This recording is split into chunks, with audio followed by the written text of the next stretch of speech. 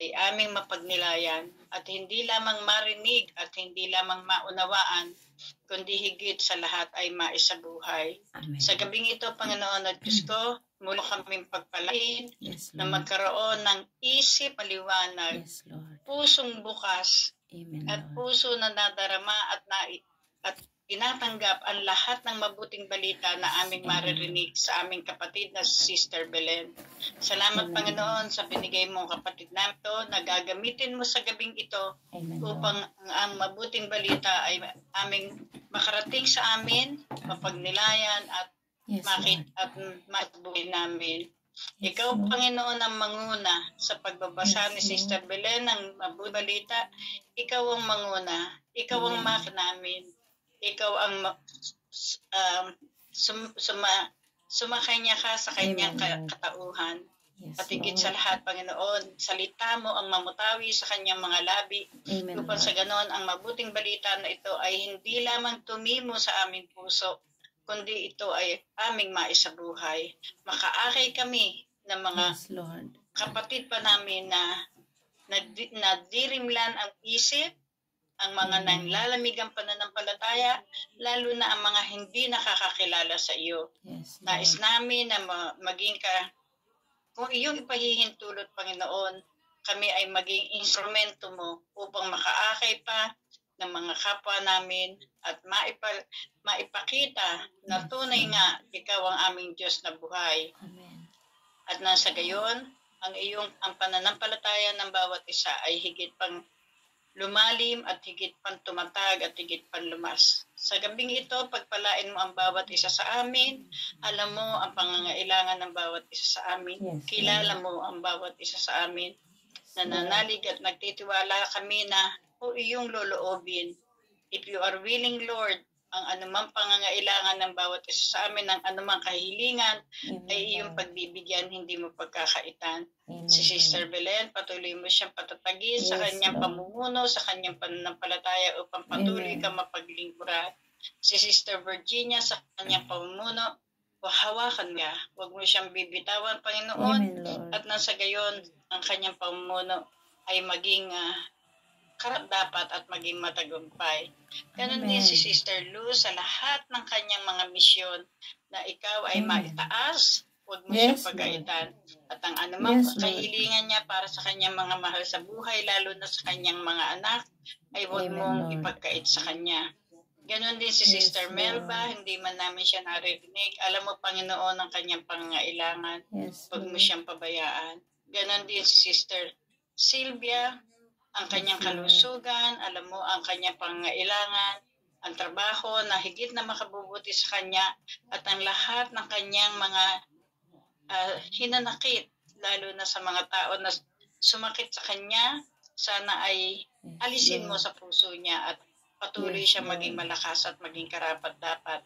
Ganon din Amen, si Lord. Sister Beth Madrid, salamat sa ligtas na nakabalik siya sa ngayon sa France at muli ay kasama Yes, namin. Lord. Patuloy mo siyang pagpalain sa kanyang misyon na makaakay pa. Amen, Ganon Lord. din si Sister Rose, wala man siya sa ngayon, alam namin na ang puso niya ay nasa kasama namin at ang kanyang Yes, Lord.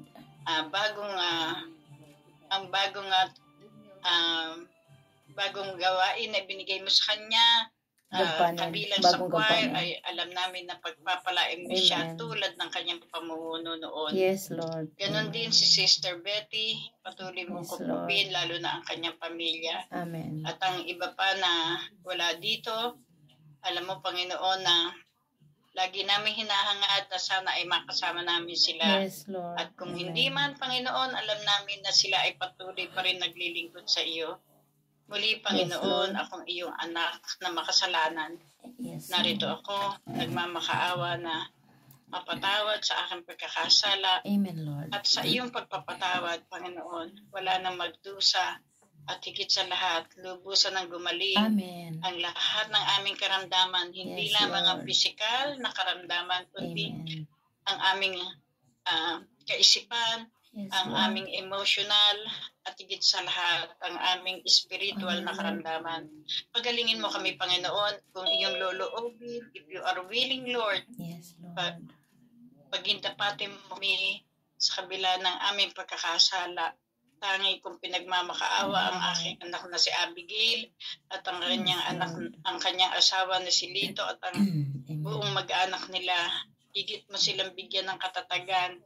At sa ngayon, sa kalagayan ni Abigail, sana ay may magawang lunas pa ang ginagawang dialysis sa kanya at lahat ng kanyang nagpapahirap sa kanyang physical na katawan, Panginoon, ay alisin mo na, lalo na ang mga infection niya, ang mga sugat niya.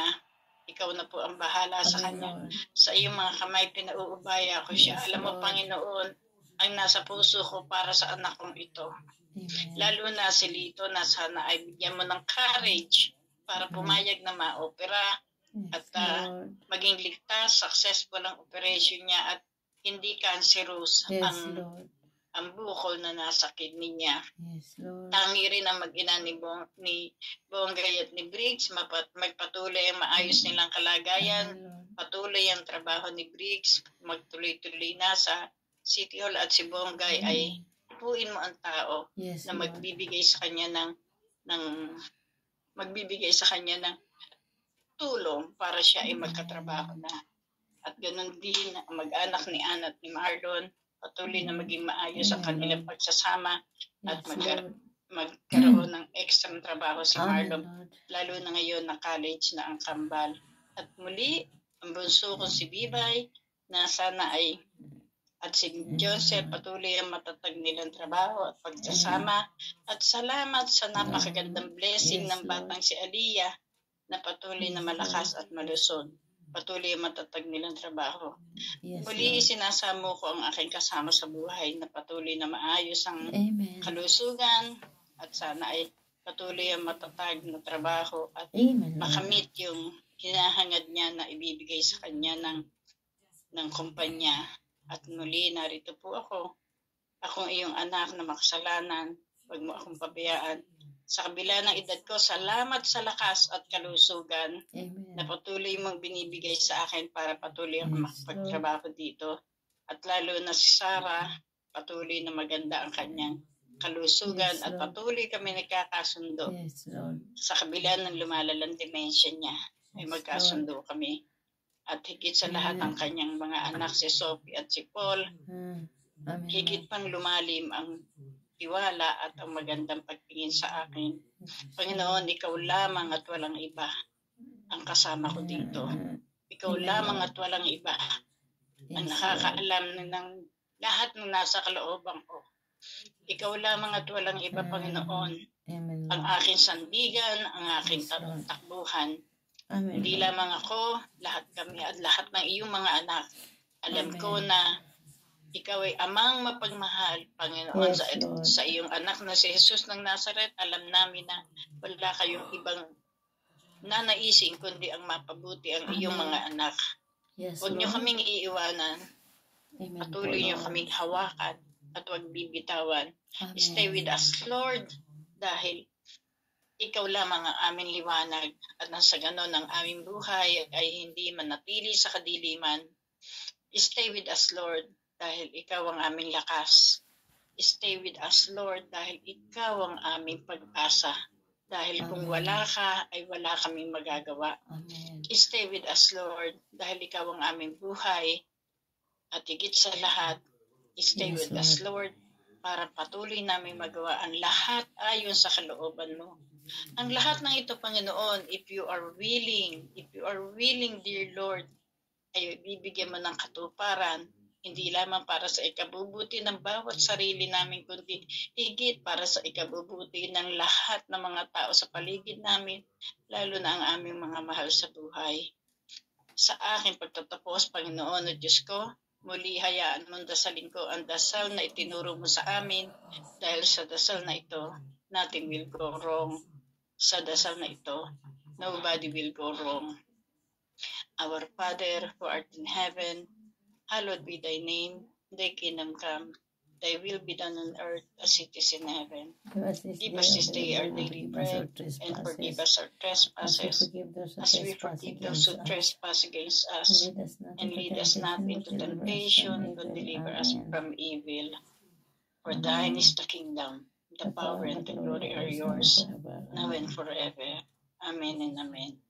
Panginoon at Diyos ko, mahal na Ama, Yahweh El Shaddai, sa ngalan ng iyong mahal na anak na si Jesus ng Nazaret, sa pamagitan ng iyong banal na Espiritu Santo, with the intercession of the Blessed Mary, ever Virgin, Saint Teresa of the Child Jesus, Santa Marta, Santa Maria Goretti, Saint Ezekiel Moreno, Padre Pio, Most Sacred Heart of Jesus, all glory and honor are yours, now and forever.